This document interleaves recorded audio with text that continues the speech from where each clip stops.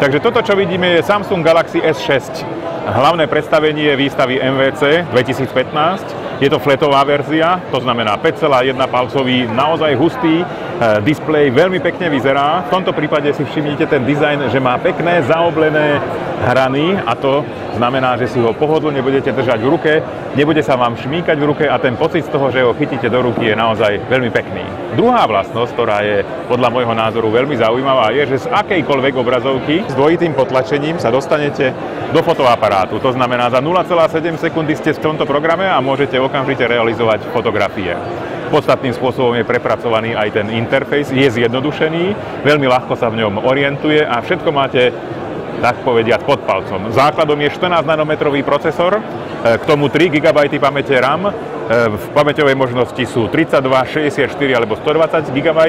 Keď sa pozrieme na tú druhú stranu, ak to otočíme, v zadnej časti 16 megapixelový fotoaparát, ktorý má možnosť prisvetlenia pomocou blesku f1.9, to znamená, aj v takom šere budete môcť veľmi jednoducho realizovať celkom dobré fotografie.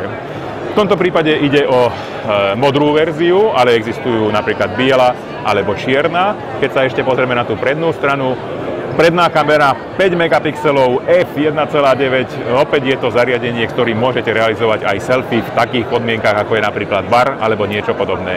Batéria výrazným spôsobom vylepšená, to znamená, v tomto prípade po 10 minútach nabíjania môžete používať tento smartfón až 4 hodiny a to je naozaj dostatočne veľa. Ak máte len chvíľku času, môžete si ho pekne nabiť.